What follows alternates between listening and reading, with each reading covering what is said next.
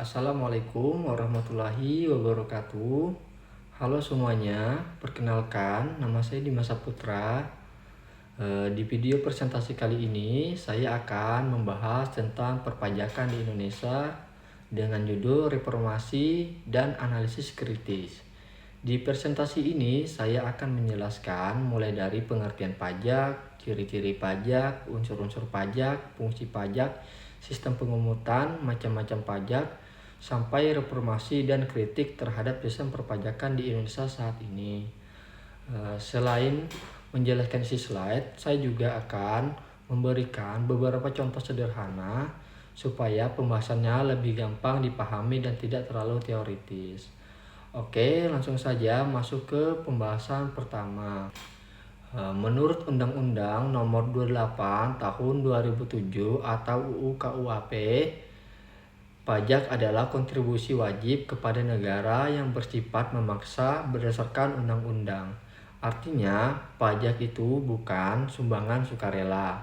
Jadi, kalau seseorang atau perusahaan sudah memenuhi syarat sebagai wajib pajak, maka dia wajib membayar pajak sesuai aturan yang berlaku.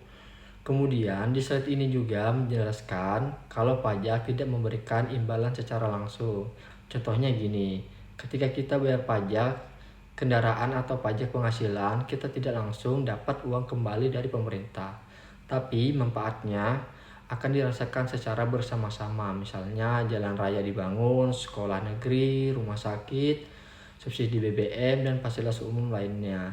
Jadi sebenarnya uang pajak itu kembali lagi ke masyarakat dalam bentuk pembangunan negara. Kalau dipikir-pikir, hampir semua aktivitas negara itu sumbernya banyak berasal dari pajak. Makanya pajak sering disebut tulang punggung pendapatan negara. Selanjutnya masuk ke slide 3 tentang ciri-ciri pajak. Di sini ada beberapa poin penting. Yang pertama, pajak bersifat memaksa berdasarkan undang-undang. Jadi pemerintah tidak bisa asal menarik pajak tanpa aturan yang jelas. Semuanya harus ada dasar hukumnya. Contohnya PPN, PPh atau pajak kendaraan. Semuanya ada aturan resminya. Kemudian poin kedua, kalau wajib pajak tidak membayar pajak, maka ada sanksi hukum. Bisa berupa denda, bunga, bahkan pidana untuk kasus tertentu. Lalu poin ketiga, pajak tidak memberikan kontraprestasi langsung. Jadi kita bayar pajak bukan untuk mendapatkan keuntungan pribadi secara langsung, tetapi manfaatnya untuk kepentingan umum. Misalnya kita membayar pajak penghasilan tiap bulan. Lalu pemerintah menggunakan dana itu untuk membangun jalan tol atau fasilitas kesehatan. Walaupun tidak menerima uangnya secara langsung, tapi kita tetap merasakan manfaatnya. Salah satu tantangan di Indonesia itu banyak masyarakat yang masih merasa pajak cuma beban, padahal sebenarnya tanpa pajak pembangunan negara bakal sulit berjalan. Di sini ada beberapa unsur pajak penting yang harus dipahami. Yang pertama adalah subjek pajak, yaitu orang pribadi atau badan yang dikenakan kewajiban pajak.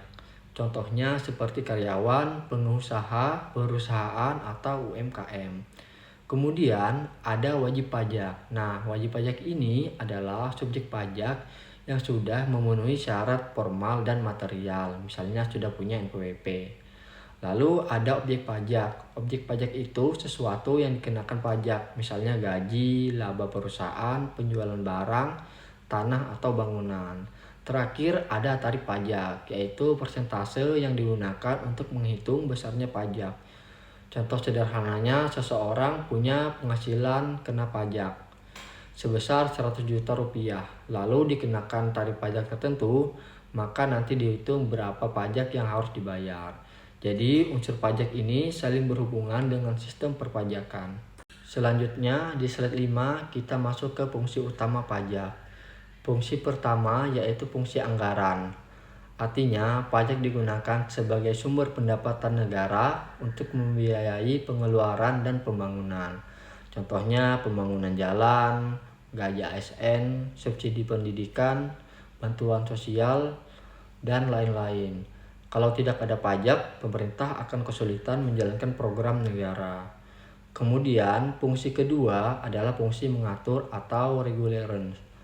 Jadi pajak juga bisa digunakan pemerintah untuk mengatur kondisi ekonomi dan sosial. Misalnya pemerintah memberikan pajak rendah untuk sektor tertentu supaya investasi meningkat, atau sebaliknya pemerintah memberikan pajak tinggi untuk barang mewah agar konsumsi barang bisa dikendalikan.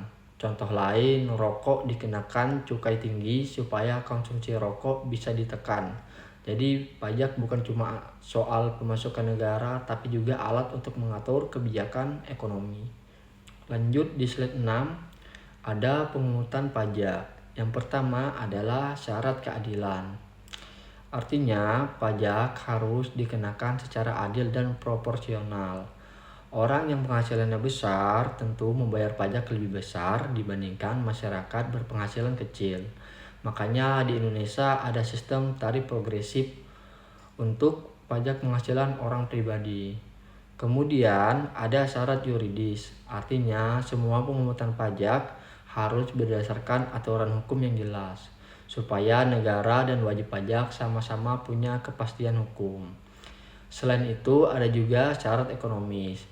Jangan sampai pajak justru membuat ekonomi masyarakat melemah. Contohnya, kalau tarif pajak terlalu tinggi, bisa membuat orang malas usaha atau bahkan menghindari pajak. Jadi pemerintah harus mencari keseimbangan antara penerima negara dan kondisi ekonomi masyarakat. Kemudian di slide 7 membahas sistem pemungutan pajak. Sistem pertama adalah Set Assessment System. Ini sistem utama di Indonesia, di mana wajib pajak menghitung, membayar, dan melaporkan sendiri pajaknya. Jadi pemerintah memberikan kepercayaan kepada masyarakat. Contohnya, perusahaan menghitung sendiri PPh badan mereka, lalu melaporkannya ke DJP. Sistem kedua adalah Official Assessment System. Kalau sistem ini, pemerintah yang menentukan jumlah pajak yang harus dibayar wajib pajak. Kemudian ada Withholding System. Di sistem ini, pihak ketiga yang memotong pajak. Contoh paling gampangnya adalah PPh 21 karyawan. Jadi kantor langsung memotong pajak dari gaji pegawai sebelum gaji diterima. Sistem self-assessment ini memang bagus karena modern. Tapi tantangannya adalah kesadaran wajib pajak harus lebih tinggi. Berikutnya, macam-macam pajak. Di sini pajak dibagi menjadi dua, yaitu pajak pusat dan pajak daerah. Pajak pusat dikelola oleh Direktorat Jenderal Pajak atau DJP. Contohnya PPh, PPN, PPNBM, Bea Materai, dan Bea Cukai. Sedangkan pajak daerah dikelola pemerintah daerah atau Bapenda. Contohnya pajak restoran, hotel, parkir, PBB, P2, dan pajak kendaraan bermotor. Jadi sebenarnya ketika kita makan di restoran, lalu ada pajak restoran, itu termasuk pajak daerah. Sedangkan ketika kita beli barang elektronik, lalu ada PPN 11%, itu termasuk pajak pusat.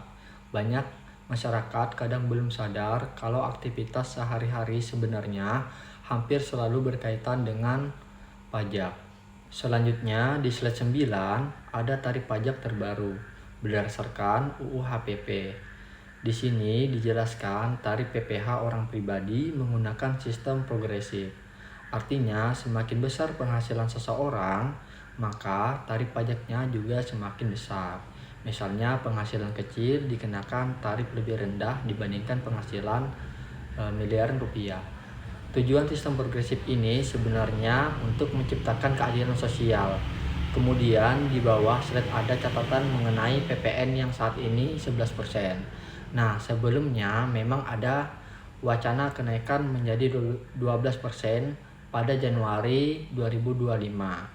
Tapi implementasinya tidak berjalan penuh seperti rencana awal karena pemerintah mempertimbangkan kondisi ekonomi dari daya beli masyarakat. Jadi kebijakan pajak itu sebenarnya sangat berkaitan dengan kondisi ekonomi negara. Di slide ini dibahas soal shadow ekonomi atau ekonomi bayangan. Maksudnya adalah aktivitas ekonomi yang tidak tercatat secara resmi sehingga sulit dipajaki. Contohnya usaha informal yang belum punya NPWP atau transaksi yang tidak dilaporkan. Di Indonesia, sektor informal masih sangat besar, sehingga banyak potensi pajak yang belum masuk. Selain itu, ada juga masalah rendahnya tax compliance atau kebutuhan wajib pajak. Masih banyak orang yang merasa ribet mengurus pajak atau bahkan sengaja menghindari pajak. Belum lagi tantangan cybercrime dan transaksi digital yang makin sulit dipantau. Jadi tantangan perpajakan sekarang bukan cuma soal mengut pajak, tapi juga bagaimana mengikuti perkembangan ekonomi digital. Selanjutnya di slide 11 membahas solusi dan reformasi perpajakan. Salah satu reformasi yang sedang dilakukan pemerintah adalah digitalisasi sistem pajak melalui Cortex Administration System. Tujuannya supaya administrasi pajak lebih transparan dan lebih mudah. Kemudian ada integrasi NIK menjadi NPWP. Jadi sekarang nomor identitas penduduk bisa digunakan sebagai NPWP supaya data perpajakan lebih terintegrasi. Langkah digitalisasi ini cukup bagus karena masyarakat jadi lebih mudah melapor pajak secara online tanpa harus datang ke kantor pajak. Pemerintah juga menargetkan peningkatan tax ratio di Indonesia. Karena dibandingkan beberapa negara lain, tax ratio Indonesia masih tergolong rendah. Lanjut di slide 12, masuk ke bagian analisis kritik tentang keadilan pajak. Di sini dijelaskan bahwa sistem pajak seringkali lebih tajam ke sektor formal dibandingkan sektor informal atau kekayaan besar yang tersembunyi. Contohnya pegawai kantoran, pajaknya langsung dipotong otomatis setiap bulan. Tapi untuk sebagian orang kaya yang punya aset kompleks atau aset luar negeri, kadang ada celah untuk melakukan tax avoidance atau penghindaran pajak secara ilegal. Jadi muncul pertanyaan tentang keadilan vertikal. Apakah sistem pajak kita benar-benar adil semua kelompok masyarakat? Pemerintah memang perlu memperkuat pengawasan terhadap penghindaran pajak skala besar supaya beban pajak tidak hanya dirasakan kelas pekerja formal. Slide berikutnya tentang ekonomi digital. Sekarang banyak perusahaan teknologi global mendapatkan keuntungan besar dari pengguna di Indonesia. Tapi masalahnya tidak semua memiliki bentuk usaha tetap atau BUT secara fisik di Indonesia. Akibatnya pemajakan menjadi lebih rumit. Pemerintah sebenarnya sudah menerapkan PPN, PMSB untuk layanan digital seperti platform, streaming, atau aplikasi luar negeri. Tapi untuk pajak penghasilan perusahaan digital global masih ada tantangan internasional dan perlu kerjasama antar negara. Menurut saya ini jadi tantangan besar ke depan karena ekonomi digital berkembang sangat cepat. Di slide kali ini membahas paradoks insentif pajak. Indonesia sering memberikan tax holiday atau tax allowance untuk menarik investor. Tujuannya memang bagus, yaitu supaya investasi masuk dan lapangan kerja bertambah. Tapi pertanyaannya, apakah investasi yang masuk benar-benar sebanding dengan potensi pajak yang hilang? Karena kalau terlalu banyak insentif, negara juga kehilangan penerimaan pajak. Makanya di slide ini dijelaskan bahwa insentif pajak harus diaudit dan diawasi dengan ketat supaya benar-benar memberikan dampak nyata bagi masyarakat. Jangan sampai hanya menguntungkan perusahaan besar saja. Mungkin itu saja yang bisa saya sampaikan pada presentasi kali ini. Dari pembahasan tadi kita bisa melihat bahwa pajak memiliki peran yang sangat penting bagi pembangunan Indonesia. Namun di sisi lain, sistem perpajakan juga masih memiliki berbagai tantangan dan membutuhkan reformasi yang terus berkembang, mengikuti ekonomi dan teknologi. Semoga presentasi ini bisa menambah pemahaman kita tentang perpajakan di Indonesia, bukan hanya dari sisi teori, tetapi juga realita dan tantangan yang ada. Sekian presentasi dari saya ucapkan terima kasih atas perhatiannya.